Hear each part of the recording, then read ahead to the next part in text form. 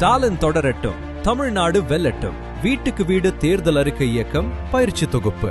நோக்கம்: தமிழ்நாட்டின் அனைத்து சட்டமன்ற தொகுதிகளிலும் உள்ள ஒவ்வொரு வீட்டிற்கும் முதலமைச்சர் ஸ்டாலின் அறிவித்த ஸ்டாலின் 6 முன்னேற்றத்தின் 6 படிக்கட்டுகள் குறித்து நேரடியாக கொண்டு சேர்ப்பதே இதன் நோக்கமாகும். இது ஒரு கட்டமைக்கப்பட்ட, மக்களை மையமாக கொண்ட, வீடு வீடாக செல்லும் பிரச்சாரத்தின் மூலம் செயல்படுத்தப்படும். இதில் வாக்குச்சாவடி முகவர்களும், வெல்லும் தமிழ் பெண்கள் குழுவினரும், உள்ளூர் கட்சி தொண்டர்களும் மற்றும் தன்னார்வலர்களும் ஒவ்வொரு குடும்பத்தினரையும் நேரில் சந்தித்து அவர்களின் நம்பிக்கையை பெறுவார்கள். பிரச்சார காலம் 2026ஆம் ஆண்டு ஏப்ரல் 10 முதல் ஏப்ரல் 18 வரை. பிரச்சாரத்துக்கு எடுத்துச் செல்ல வேண்டியவை: ஒவ்வொரு தொண்டரும் கையில் வைத்திருக்க வேண்டியவை தேர்தல் அறிக்கை நாட்காட்டி, ஸ்டாலினின் 6 வாக்குறுதிகள் இடம்பெற்ற மேசையில் வைக்கும் வகையிலான நாட்காட்டி. இது ஒவ்வொரு வீட்டிற்கும் வழங்கப்பட வேண்டும். இல்லத்தரசி கூப்பன் புக்லெட் ரூபாய் 8000 மதிப்பிலான கூப்பன்களை கொண்டது. ரூபாய் 8000 மதிப்புள்ள இல்லத்தரசி கூப்பனை புக்லெட்டிலிருந்து பிரித்து அந்த குடும்ப தலைவிக்கு வழங்கவும்.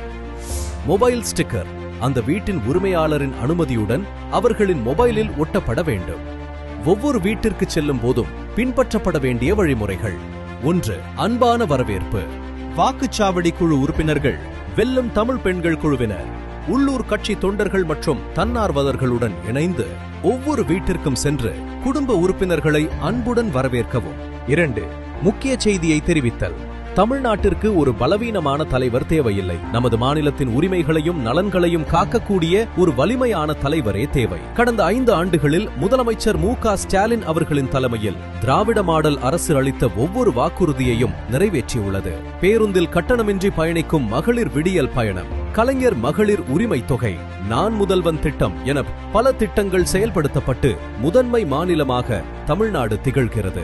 தமிழ்நாட்டின் நலன்களை பாதுகாக்கும் விஷயத்தில் தேசிய ஜனநாயக கூட்டணி அல்லது பாஜக கூட்டணியை நம்ப முடியாது. நமது மாநிலத்தின் உரிமைகளை தாரை வார்க்க அவர்கள் தயங்க மாட்டார்கள். திமுக மட்டுமே, முதலமைச்சர் மு.க. ஸ்டாலின் மட்டுமே எப்போதும் தமிழ்நாட்டை முதன்மையாக கருதி செயல்படுவது, அடுத்த 5 ஆண்டுகளுக்கான அனைத்து வாக்குறுதிகளையும் தவறாமல் நிறைவேற்றி காட்டுவார்.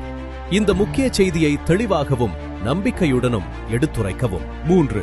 மேசை நாட்காட்டியை வழங்குதல். முக்கிய தேர்தல் அறிக்கையை உள்ளடக்கிய மேசை நாட்காட்டியை வழங்கவும், அதன் பின்புறம் அச்சிடப்பட்டுள்ள ஸ்டாலின் 6 முன்னேற்றத்திற்கான 6 படிக்கட்டுகளை குடும்பத்தினருக்கு வாசித்து காட்டவும். மேலும் ஸ்டாலின் என்றால் வாக்குறுதி நிறைவேற்றம் என்பதை அழுத்தமாக எடுத்துரைக்கவும். 4.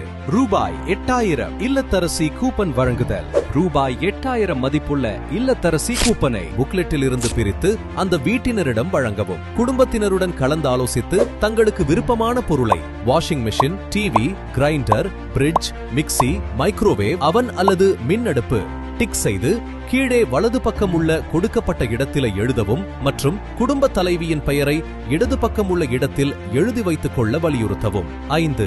Mobile sticker ஒட்டுதல். அந்த வீட்டினரின் அனுமதியுடன் அவர்களின் மொபைலில் ஸ்டாலின் தொடரட்டும், தமிழ்நாடு வெல்லட்டும் ஸ்டிக்கரை ஒட்டவும். 6. வீட்டினருடன் புகைப்படம் எடுத்தல்.